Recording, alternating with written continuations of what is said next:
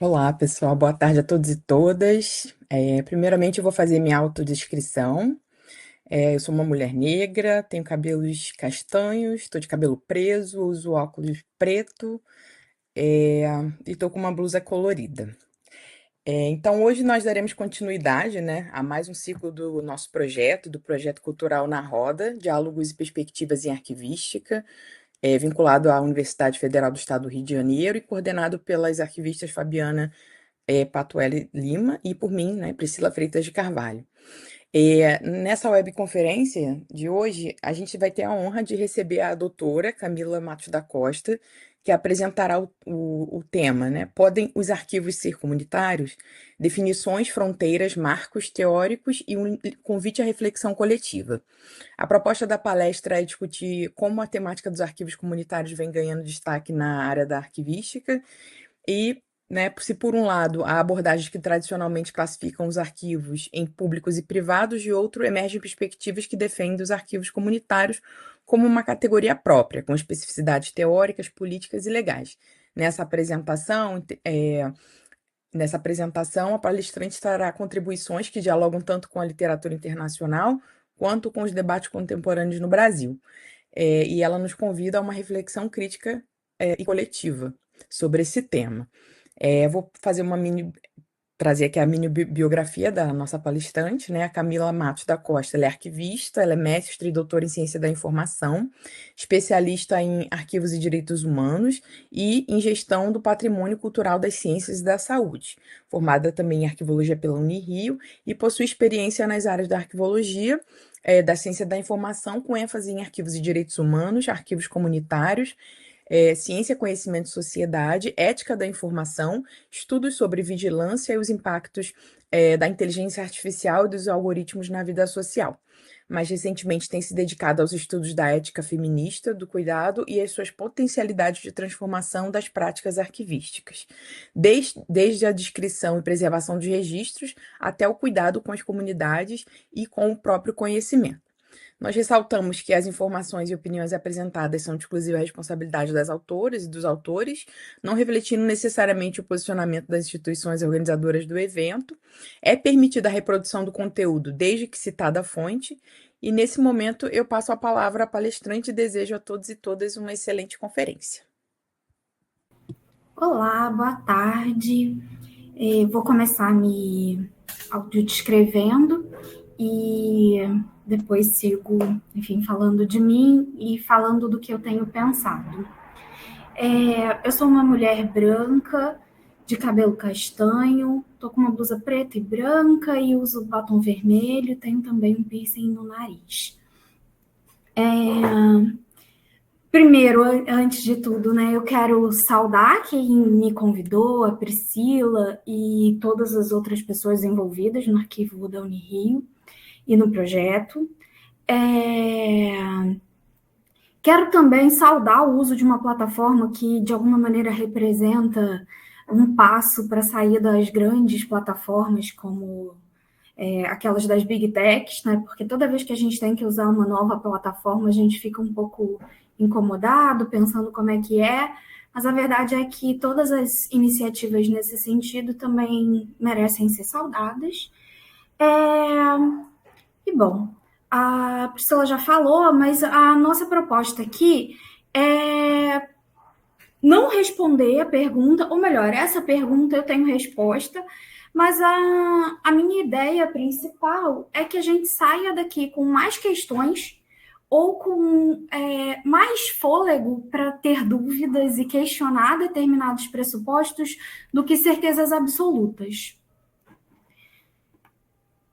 Então, né, já para responder a pergunta, para não deixar ninguém ansioso, se podem ser os arquivos comunitários, eles podem, eles são, né, tem diversas experiências acontecendo, então vamos já partir daí, que aqui a gente já vai partir do pressuposto de que sim, eles podem, e eu acho que um dos principais objetivos é que a gente consiga, na verdade, entender por que eles podem, ou melhor, entender as experiências que demonstram que eles são, né, que há experiências de arquivos comunitários e de que maneira, né, isso dialoga com a teoria arquivística.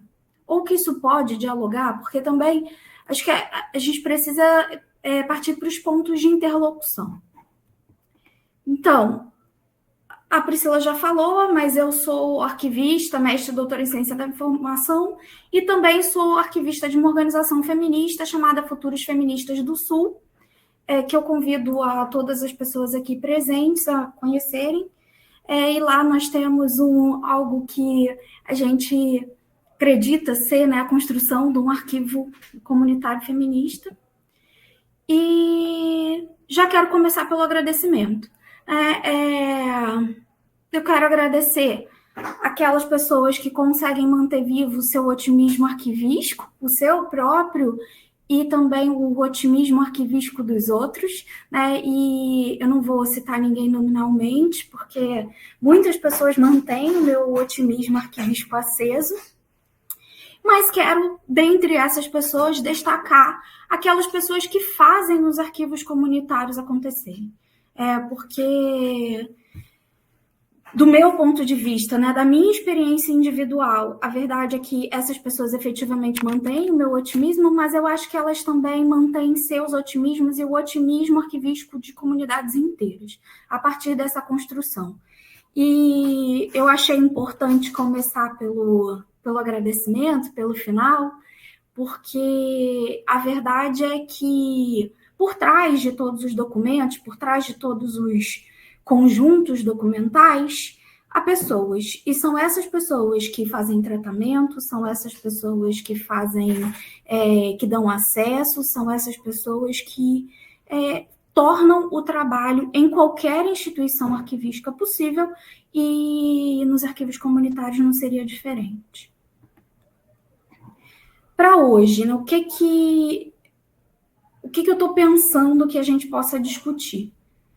Eu quero que a gente discuta minimamente, né, para que servem os arquivos. E aí eu tenho um caminho que eu acho que é legal de seguir.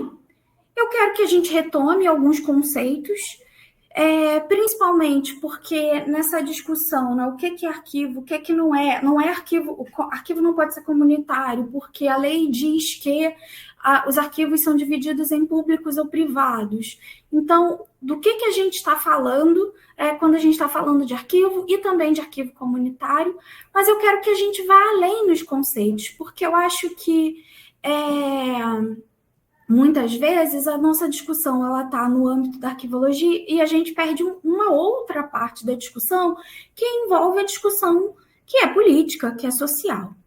E para isso, né, além dos conceitos, eu também quero que a gente pense em aproximações. Então, a gente tem arquivos comunitários, mas a gente tem outras experiências de instituições lidadas com a informação e com a memória que também são comunitárias ou pelo menos se identificam dessa maneira, que são as bibliotecas e os museus. E aí, para concluir, eu quero que a gente saia daqui refletindo sobre para quem servem os arquivos, e aí aqui esse arquivos é com A minúsculo, porque eu quero dizer os conjuntos documentais. E os arquivos com A maiúsculo, que aqui aparece, são as instituições arquivísticas. Então, vamos lá. O Deu Mais, um texto que é clássico, está aqui, bonitinho, não vai aparecer que está em blue, mas é o Arquivos para Quê? Textos Escolhidos. Ele diz que os arquivos eles servem para 4 coisas, pelo menos, ou ele categoriza, nessa tradução que é de 2010, os arquivos a partir desses 4 elementos. Os arquivos, eles servem para lembrar, e é verdade, não é? A gente serve para lembrar a curto prazo, né, institucionalmente ou pessoalmente, serve para lembrar a muitíssimo longo prazo, né? E, na verdade, quando a gente pensa nos arquivos, naquilo que a gente tem de 200 anos, a gente só pode ter aquilo que é registrado, né? Não há ninguém vivo que possa lembrar disso no momento, quando a gente pensa em 200 anos. Eles servem para compreender, então é a partir daquilo que é registrado, muitas vezes, não todas, mas é a partir daquilo que é registrado que a gente tem uma compreensão do mundo, a gente tem uma compreensão da nossa história, a gente tem uma compreensão daquilo que outras organizações fazem, né? E aí, essas 4 dimensões, elas servem tanto para aquilo que é privado, né, para aquilo que a gente entende como uma instituição pública, elas servem para o indivíduo, elas servem para uma comunidade, elas servem para todas as pessoas envolvidas em todas as esferas. Eu acho que ninguém vai questionar que isso aqui se aplica a qualquer realidade arquivística. Além disso, os arquivos eles servem para que a gente se identifique, para que uma determinada coletividade se identifique. E eles servem também como prova. É um clássico entre nós, né? A gente diz muito que um documento arquivístico ele tem função de prova, e aí, na verdade, essa prova é no sentido de evidência, ou seja, é uma evidência que uma determinada coisa aconteceu, que um determinado fato aconteceu. Então, ele prova no sentido de que ele é uma evidência. E aí é importante que prova, nesse caso, a gente está dizendo uma coisa diferente do direito. O direito prova quer dizer uma verdade, é algo que indica que um determinado acontecimento ele ocorreu e ele tem caráter de verdade, porque sem uma prova, um processo judicial ou fica agarrado, ou dá errado, né? Ou, enfim. Que é diferente do nosso sentido. Né? O sentido arquivístico é um sentido de evidência. No inglês seria evidência mesmo, mas nas traduções para o português a gente usa bastante prova, né? Então, agora vamos aos conceitos.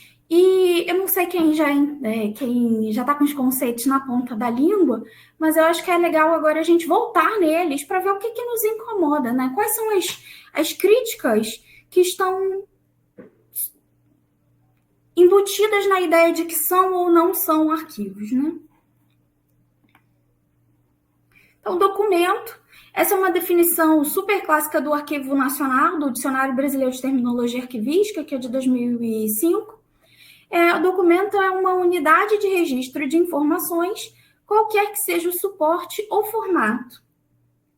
Ou seja, aqui nesse caso, não está falando nada sobre este documento ser arquivístico ou não.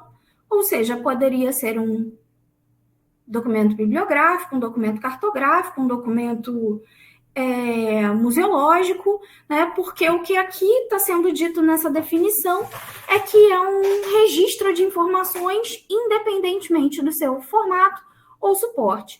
O que eu achei curioso e que eu assumo eu nunca tinha reparado até o dia de hoje, quando eu terminei essa apresentação, é que o Dicionário Brasileiro de Terminologia Arquivística não define documento arquivístico. Então, eu tive que ir em outro lugar, eu recorri também ao CONARC, que retoma, nesse momento, em 2014, passa a ser muito importante definir documento arquivístico, muito por causa dos documentos digitais. A verdade é que, penso eu, a teoria arquivística ganhou um fôlego, né, uma retomada da teoria, dos seus preceitos, enfim, dos seus fundamentos, com os imperativos dos documentos digitais. Eles desafiaram a teoria arquivística, e aí, por isso, né, muitos de nós, com razão, tivemos de voltar aos fundamentos. E aí, em 2014, o Conselho Nacional de Arquivos, ele define documento arquivístico como aquele produzido, elaborado ou recebido no curso de uma atividade prática como instrumento ou resultado de tal atividade e retido para ação ou referência, ou seja, retido para que algo possa acontecer, né, para uma ação, ou para que a gente possa lembrar, compreender, enfim. E aí, sim, aqui a gente pode ver que é no curso de uma atividade prática. Mas o suporte aqui já não é mais um assunto, né? Já não é uma questão né, para o CONAC nesse momento, o suporte, porque acho que passou a ser uma questão apaziguada. É que para ser o que diferencia um documento de uma informação é o fato dela estar registrada. Agora, qual é o registro? Não importa. Qual é o registro? Qual é o suporte? Não importa tanto. Mas isso era uma nota que eu queria trazer, porque para o Dicionário Brasileiro de Terminologia Arquivística, que, enfim, muitos de nós consultamos, né? E aí eu estou aqui pensando que eu estou falando com muitos arquivistas, estudantes de arquivologia, interessados em arquivos em geral, e não necessariamente pessoas que desconhecem completamente o campo, mas é um dicionário que a gente usa muito. E naquele momento, em 2005, e 2005 já tem 21 anos, não foi importante definir documento arquivístico. Porque sim, é uma escolha qual tipo de documento. Porque tem documento bibliográfico, tem documento cartográfico, há outras definições de documento, mas o arquivístico não. E há uma diferença na definição de documento do Dicionário Brasileiro de Terminologia Arquivística para esse glossário publicado em 2014, que diferencia os dois. Esse é um dos pontos que eu quero trazer. Agora, vamos lá, né? Para definitivamente ajudar a responder se eles podem ser ou não, né? E eu já respondi, eu já me posicionei e tirei quem pudesse estar na ansiedade.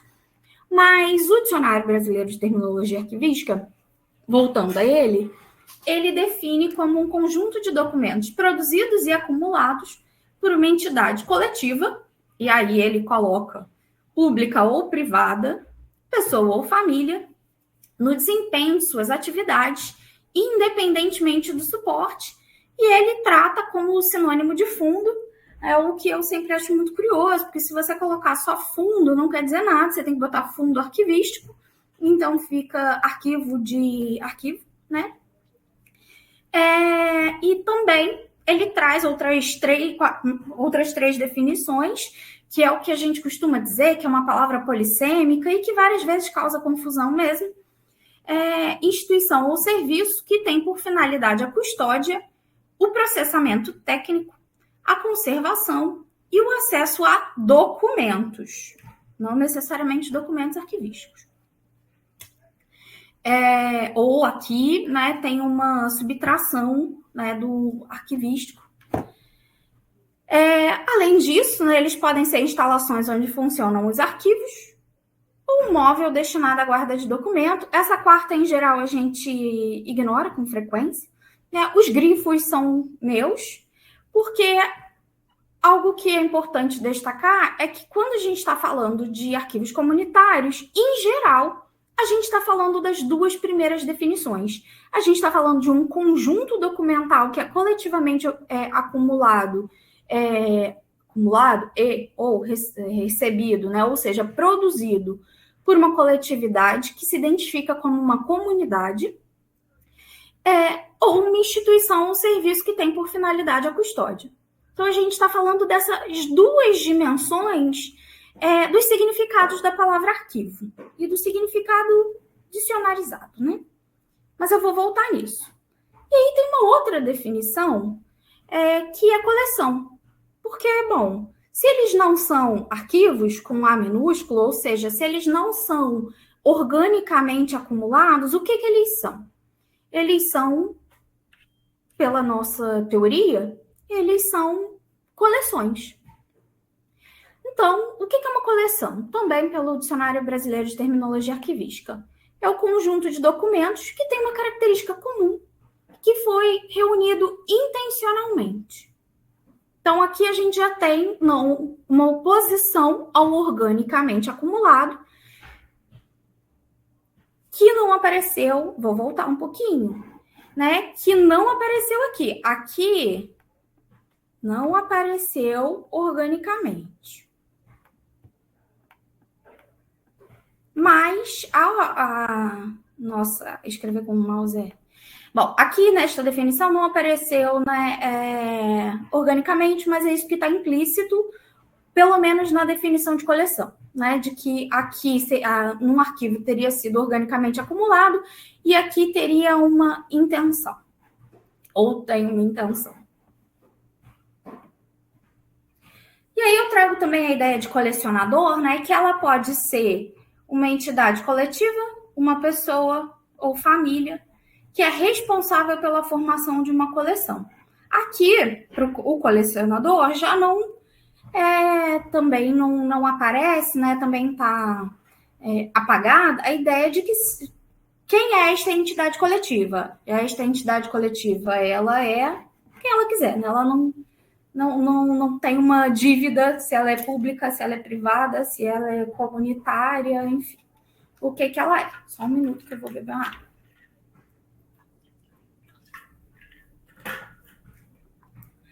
Mas até aqui a gente está indo, né? Os que já estão familiarizados com o conceito e quem também, se tiver alguém chegando agora, acho que está tudo certo por enquanto, né? Nossa, eu amei a plataforma, dá para escrever notas compartilhadas. Muito bom. Mas vamos lá. Qual é a próxima definição que eu trouxe? Acervo, né, que documentos de uma entidade produtora ou de uma entidade custodiadora. O acervo, nesse caso, ele pode ser, com frequência a gente chama de acervo arquivístico, quer dizer que é um acervo de arquivo, mas o acervo ele pode ser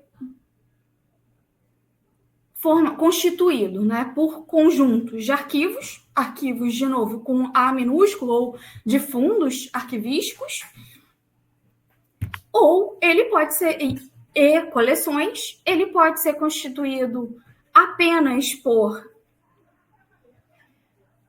fundos arquivísticos, ou ele poderia ser, né, constituído apenas por coleções, como é o caso das bibliotecas, né? As bibliotecas, elas são constituídas por uma coleção. E isso é apaziguado, né? Não é uma questão. A gente subentende que, muito por causa da relação com aquilo que é público, e aí a gente tem que pensar também numa história da arquivística, né?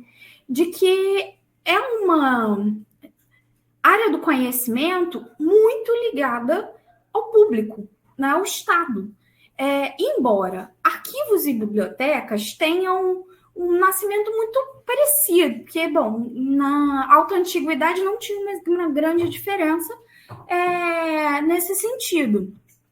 Tem até, enfim, alguns estudos que dizem que a Biblioteca de Alexandria não era exatamente uma biblioteca, mas um arquivo.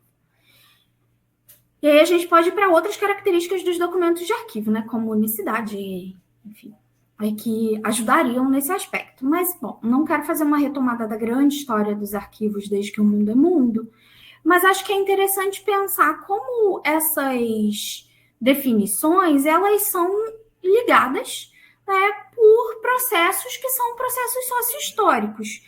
As definições que vão para o dicionário são reflexos de um processo sócio-histórico. As definições, a consolidação de uma ciência como área do conhecimento, e aí a gente pode, né, usar como marco o Manual de Descrição de Arquivos, do Manual dos Arquivistas Holandeses, 1898, que para muitos é um marco, né, de transformação do fazer em saber científico, mas porque ele consolida determinadas posições, né, determinados procedimentos num texto. Enfim, mas qualquer consolidação de uma ciência, de uma área do conhecimento, ela é produto dos sujeitos e dos processos sócio-históricos nos quais ela está envolvida.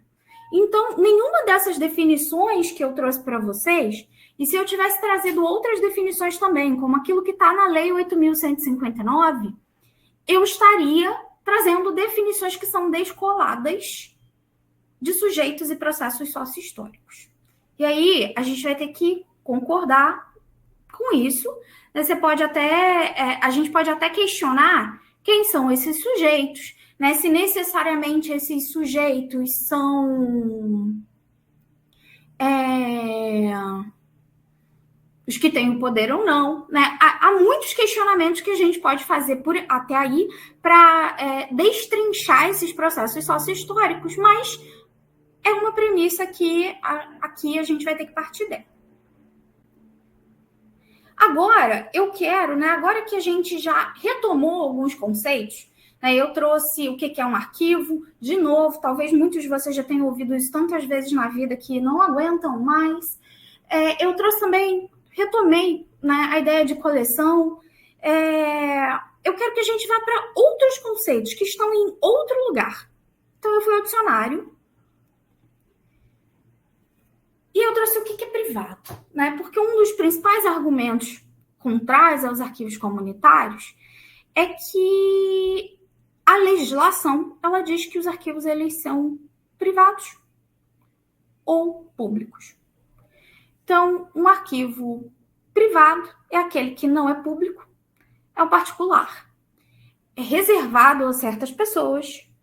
Um arquivo privado, não, desculpa, a definição de privado. É aquilo que não é público, aquilo que é particular, um exemplo aqui é a escola privada, é reservado a certas pessoas, por exemplo, uma sessão de cinema privada, próprio de alguém ou relacionado à sua intimidade, ou vida pessoal, né? Vida privada, que sofre alguma privação ou restrição, restrito, privado de liberdade, ou que deixou de possuir algo, no caso aí, desapossado ou privado de bens. Agora vamos à definição de público, que se refere ao povo em geral, ou seja, interesse público, relativo ao governo de um país, negócios públicos, que não é particular, que é de todos, um exemplo é a praça pública, algo que é conhecido por todos, aquilo que todas as pessoas podem comparecer, uma reunião pública, que pode ser realizado diante dos demais, por exemplo, uma cerimônia pública, que não se realiza ocultamente ou em segredo, uma conversa pública, que possui muitas pessoas, e aí aqui o exemplo é escolher um lugar público para o encontro. As duas definições, né, são de um dicionário, que só botar no seu buscador favorito, dicionário, e ele vai aparecer. E aí,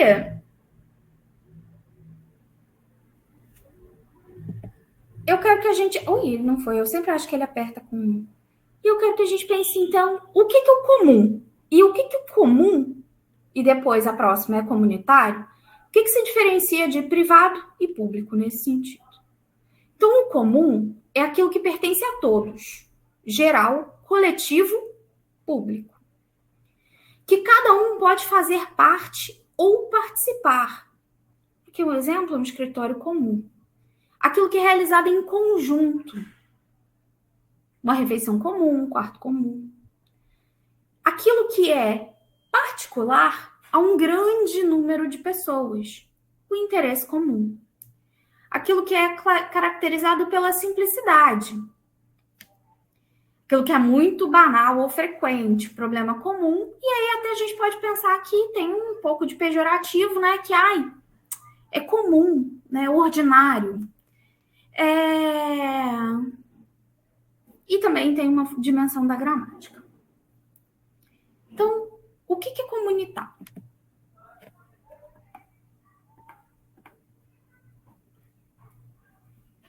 Já o comunitário é aquilo que é relativo à comunidade e que é comum a vários indivíduos. Ou seja, nesse sentido, ele está mais perto do público do que do privado. Desculpa, que eu lembrei de um negócio que eu não quero esquecer, que eu quero falar para vocês. É realizado ou idealizado por várias pessoas, geralmente por quem vive ou compartilha do mesmo espaço, território, sociedade, trabalho comunitário. Em que há um sentimento social com a participação de várias pessoas. Já no jurídico, né, relacionado com a comunhão ou com o patrimônio comum de bens. Então, a gente tem aí, né, não uma definição, não são definições arquivísticas, mas são definições do dicionário, e aí os conceitos, os conceitos são definições, né, por princípio. E eu fui a outro lugar em busca das definições, porque a verdade é que, talvez, a lei, né, quando ela coloca públicos e privados, ela reflete uma determinada sociedade num determinado tempo. E a lei muda. Então, naquele momento, em 1991, ela foi aprovada, mas a verdade é que antes de já ter um debate da aprovação da lei, naquele momento os arquivos comunitários não eram uma questão, embora é possível que já houvesse experiências de arquivos comunitários no Brasil quando a lei foi submetida. Agora, eles não foram incorporados. O que não quer dizer que agora, com a revisão da lei, que eles não possam ser incorporados. E aí, a minha pergunta, né, uma pergunta que eu acho que é importante a gente fazer é: se a lei for revista, da mesma forma que o decreto foi incorporar os arquivos comunitários, aqueles que acreditam que eles não são arquivos ficarão satisfeitos? Porque esse argumento é um argumento que vai cair. Né, que eles não podem ser comunitários porque a lei diz que não é. Mas se a lei for revista, a lei não decreta. Se a lei for revista e incorporar, eu não acredito que as pessoas ficarão satisfeitas. Elas dirão o quê? Que a lei é reflexo de um tempo e que por isso talvez não tenha valido. O que eu acho que é um argumento que exatamente favorece os arquivos comunitários, porque as leis são reflexo de um tempo. E elas não são apenas um reflexo de um tempo, mas elas também são os nossos objetivos enquanto sociedade. Que sociedade a gente quer construir, inclusive no âmbito dos arquivos. Então, o que são, né, finalmente, arquivos comunitários? Eles são os conjuntos documentais que tenham sido produzidos e ou acumulados por coletividades, voltando ao comum, no exercício de atividades com finalidades relacionadas à afirmação de memórias, identidades e trajetórias sociais e também na luta por direitos. A gente tem, por exemplo, organizações que estão na luta por direitos de todas as ordens. Direito à educação, direito à saúde, mas também aqueles afetados pelas alterações climáticas. Então, tem uma afirmação também das suas identidades. E há, dentre esses conjuntos, arquivos, né? Arquivos já nas instituições. A minúsculo, há coleções. Mas os arquivos comunitários, aí já é a nossa segunda definição, e as duas estão relacionadas com aquelas duas definições do Dicionário Brasileiro de Terminologia Arquivística, que são as instituições concebidas pelas coletividades que têm o objetivo de custodiar, preservar e dar acesso aos acervos reunidos pelo coletivo. E aí aqui, olha, acervos. De novo, podem ser coleções, podem ser arquivos. Então, a galera se junta, faz uma instituição que pode ter o nome de arquivo, mas pode ter outros nomes também. Para o quê? Guardar isso aqui, guardar o 1. Por que é importante para essas pessoas guardar o 1? Porque muitas vezes eu acho que a comunidade arquivística fala de invisibilidade do arquivo, ser arquivado, estar no arquivo, ter um arquivo, representa o reconhecimento de visibilidade para essas pessoas. E isso é uma das coisas mais bonitas que eu acho, inclusive, na parada. Que é o fato de que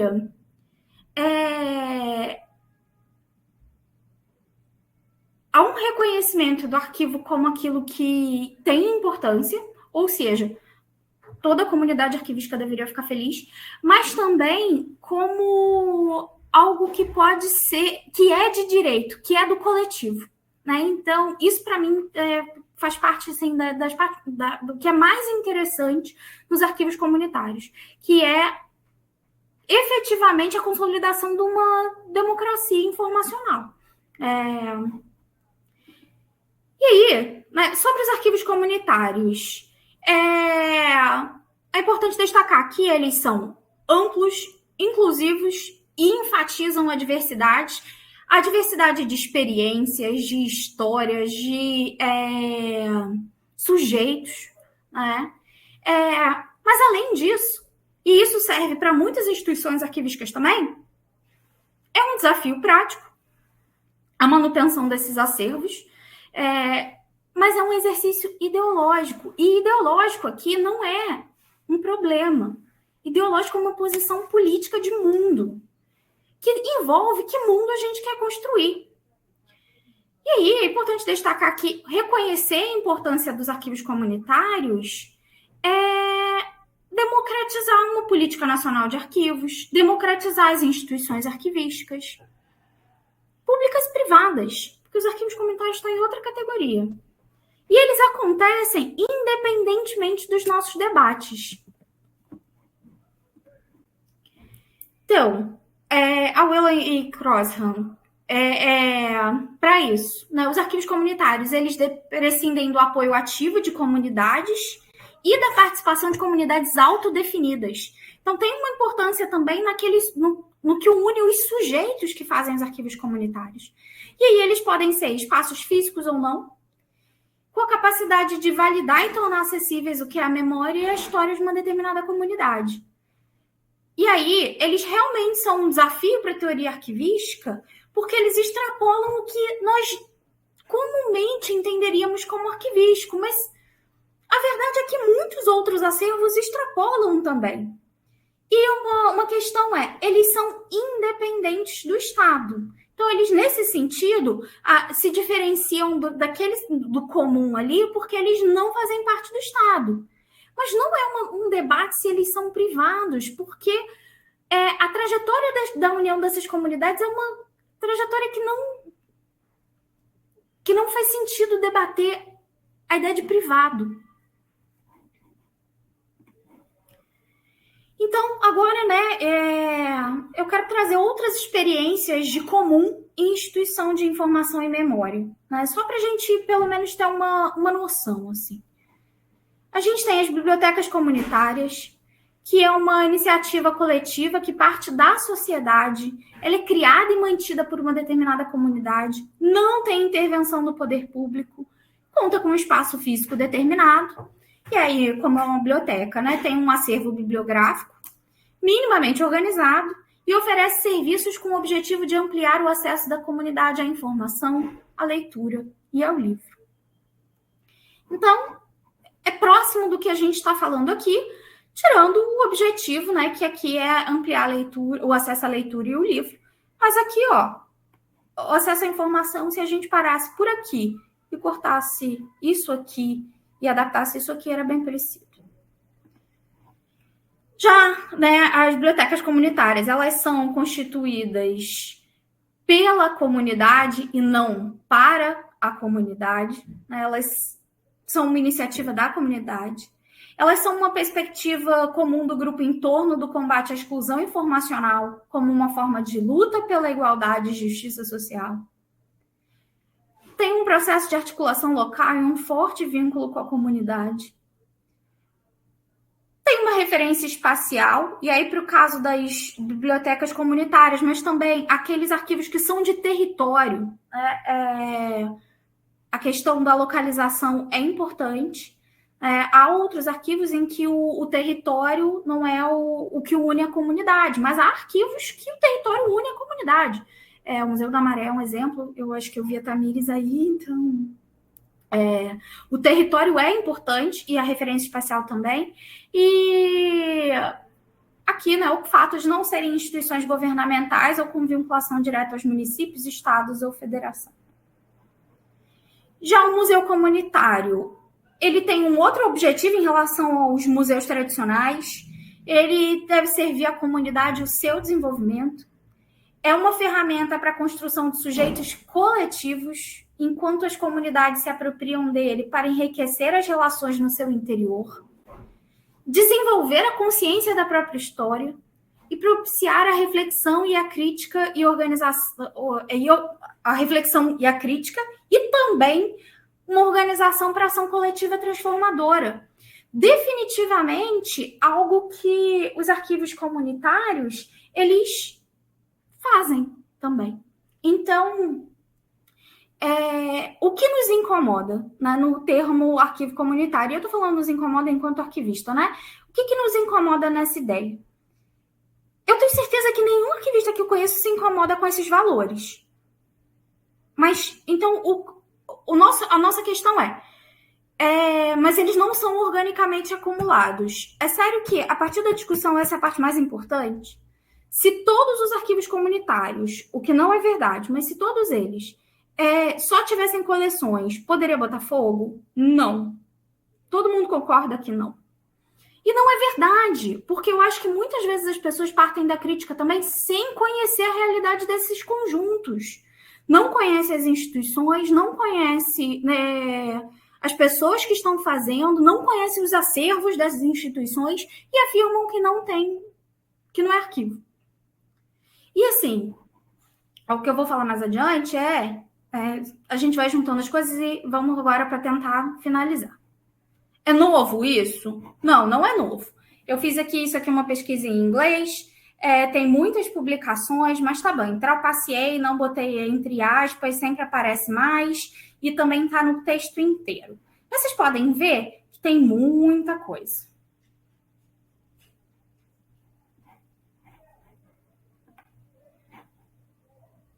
Aqui eu já botei no título e no resumo, né? Aqui continua tendo muita coisa, mas continua a minha trapaça, não botei entre aspas. Vou mostrar entre aspas daqui a pouco. Aqui, já em português, tem bem menos, né? Aqui é no texto inteiro. Já em português, aqui no resumo e no título tem bem menos, já dá até para trabalhar, né, com esse universo de 46 publicações, porque ele está nos dois, mas agora a gente vai para o... Já reduziu aqui também, mas é impossível trabalhar com esse tanto de gente. Mas a gente aqui tem também alguns exemplos. Olha, aqui é um arquivo comunitário digital da diáspora, que já é sobre epistemologia arquivística e assim vai. Aqui, né, já só no título e no resumo, né, já é também um universo um pouco mais simpático, né? Mas a gente percebe também, que aqui é sobre a América Latina, enfim, tem alguns elementos. E em português não fez muita diferença, né? A verdade é que a gente tinha 48 antes, em português não fez muita diferença. E aqui já, agora quando é só no título e no abstract, são só 11, suavíssimo, já dá para conversar bastante. E aqui ele só mostra, é importante frisar também que aqui ele só mostra os últimos 10 anos. Portanto, o que vem antes ele não mostra, tá? Ele só mostra um crescimento dos últimos 10 anos. Ou seja, o que eu quis dizer, né, com o fato dele não ser novo?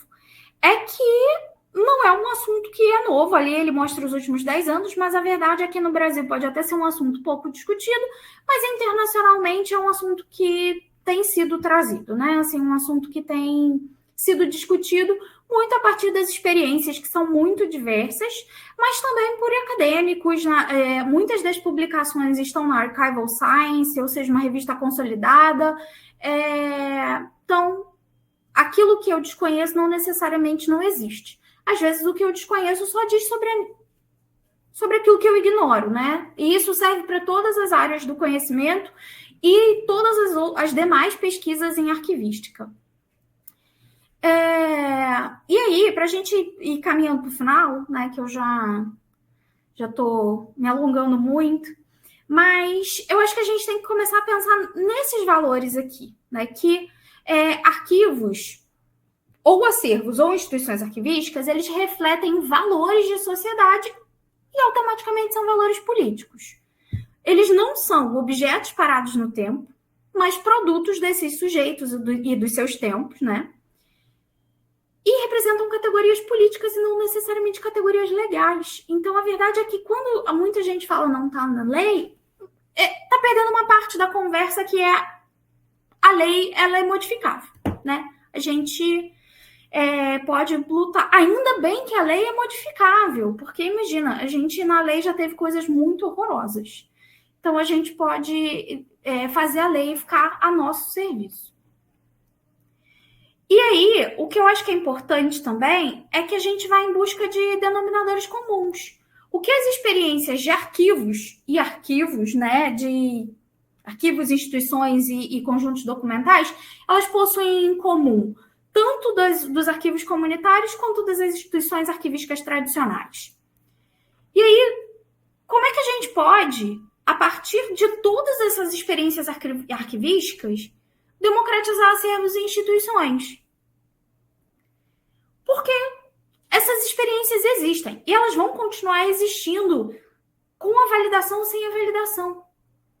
E vale a pena se afastar dessas experiências quando o objetivo é um objetivo que eu gosto de acreditar é comum a todas as pessoas envolvidas, democratizar as instituições, fazer com que os indivíduos tenham acesso às suas histórias, à memória, que os arquivos não reflitam só a história de quem esteve no topo do mundo sempre. Então, eu gosto de acreditar que todo mundo está concordando com isso.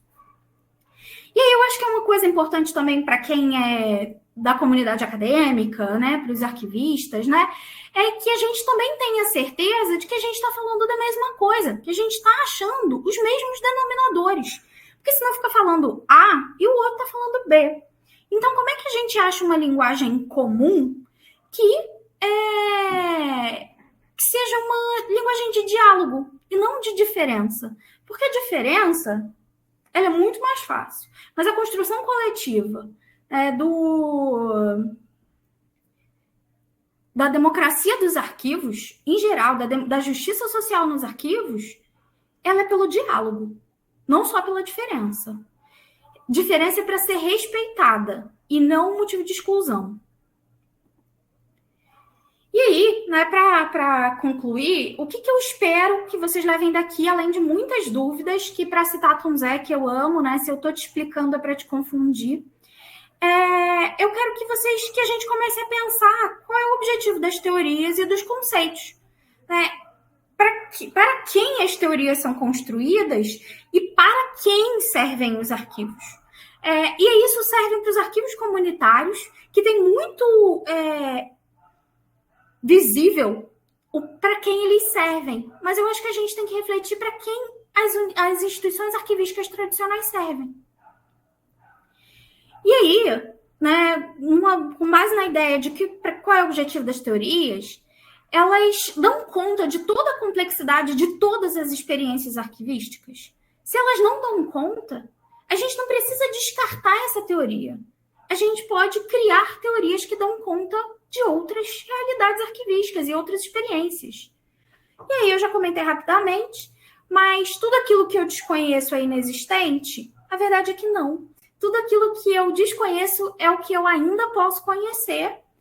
E né, é importante lembrar que arquivos, instituições arquivísticas e acervos são sobre passado, sobre o presente, mas definitivamente os arquivos são sobre o futuro.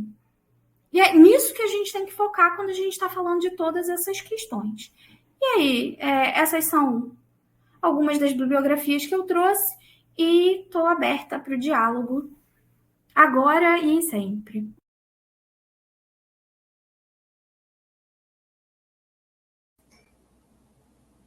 Priscila, você encerra?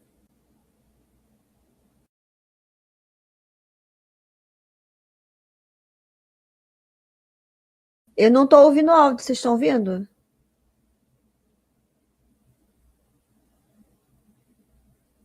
Não.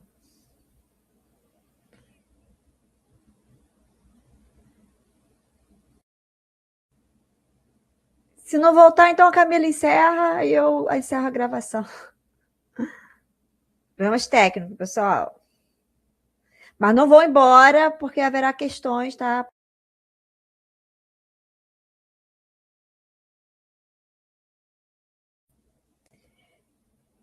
Não, Priscila, você está mexendo aí no sistema. Então, gente, eu queria E agora? agradecer. Ah, agora foi. Agora foi. Ah, era, enfim, questões de configuração. Queria agradecer a Camila pela aula, que para mim foi uma aula, que é um tema que, enfim, eu não tenho domínio, então foi muito interessante aprender e, enfim, uma série de questões super interessantes que eu acho que todo mundo aqui ficou pensando, né? Enfim, e é toda essa história dos conceitos para a gente poder pensar os arquivos comunitários, né, tanto no Brasil quanto internacionalmente, eu acho que é muito interessante e, enfim, traz uma série de questões. Para mim, trouxe uma série de questões, eu acho que para todo mundo. Então, a gente vai agora abrir para o debate, né? E mais uma vez agradecer muito a Camila de, enfim, ter vindo nos presentear com essa fala tão interessante e agradecer também a todos os presentes. E é isso.